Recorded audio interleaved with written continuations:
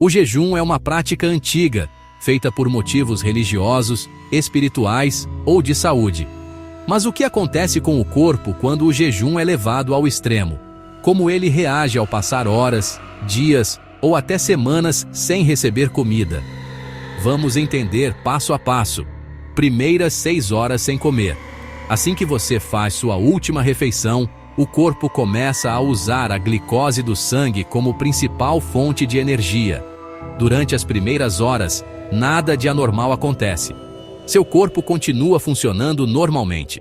Mas à medida que o tempo passa e a glicose é usada, o corpo entra em alerta. Entre 6 e 24 horas. Quando a glicose acaba, o corpo passa a usar o glicogênio, uma forma de energia armazenada no fígado e nos músculos. Essa reserva dura em média de 12 a 24 horas. Durante esse período, você pode começar a sentir fome, cansaço, irritação e dificuldade de concentração. Esses são os primeiros sinais de que o corpo está buscando novas fontes de energia. Após 24 horas, com o glicogênio se esgotando, o corpo entra em um estado chamado de cetose. Nesse momento, ele começa a quebrar gorduras para produzir energia. As células de gordura são convertidas em corpos cetônicos, que passam a alimentar o cérebro e os músculos. É por isso que muitos adeptos do jejum intermitente falam de clareza mental. Mas esse processo tem um custo. Você pode sentir fraqueza, tontura e até náuseas enquanto o corpo se adapta. Além disso, o metabolismo começa a desacelerar para poupar energia. Após 72 horas, o corpo entra em modo de preservação extrema. A queima de gordura continua, mas agora ele também começa a degradar proteínas, ou seja, músculos. Isso acontece porque o cérebro ainda precisa de pequenas quantidades de glicose, que só pode ser obtida a partir da quebra de aminoácidos. É aqui que o corpo começa a consumir os próprios tecidos. Nesse ponto, a perda de massa muscular se intensifica.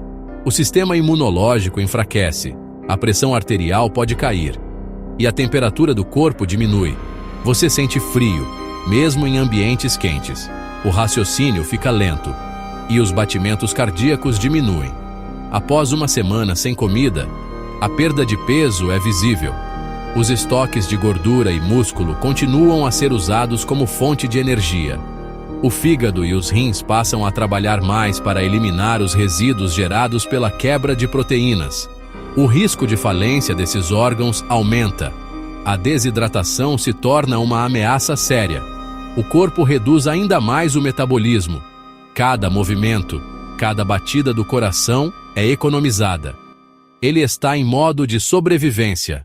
Após 2 a 3 semanas, o corpo entra em colapso progressivo. Sem nutrientes, vitaminas e minerais essenciais, os sistemas começam a falhar. A produção de hormônios cai. A memória é afetada. A perda de massa muscular inclui também o músculo cardíaco, o que enfraquece o coração. Infecções se tornam mais perigosas. E a perda de consciência se torna uma possibilidade real. Após 30 a 60 dias sem alimentação. Nessa fase, o corpo já consumiu a maior parte da gordura e parte significativa da massa muscular. As reservas estão no limite.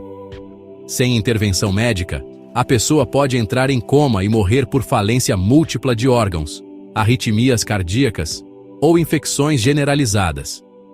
Tudo depende do estado de saúde anterior, da quantidade de gordura corporal e da hidratação. Mas, em média, um ser humano não sobrevive mais do que 60 dias sem alimentação, mesmo bebendo água. Mas existe um caso que desafia essa regra. Em 1965, um escocês de 27 anos chamado Angus Barbieri jejuou por 382 dias consecutivos sob supervisão médica. Durante todo esse período, ele consumiu apenas vitaminas, eletrólitos, chá, café e água. Angus perdeu 125 quilos e estabeleceu o recorde mundial de jejum mais longo da história.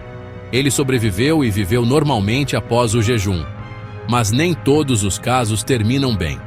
Em 2016, Uma menina indiana de 13 anos chamada Aradhana Samdaria morreu após 68 dias de jejum religioso. Ela seguia uma tradição do jainismo, ingerindo apenas água quente. 2 dias depois de terminar o jejum, ela faleceu, mostrando que nem todos os corpos respondem ao jejum extremo da mesma forma. Estudos recentes revelaram descobertas surpreendentes.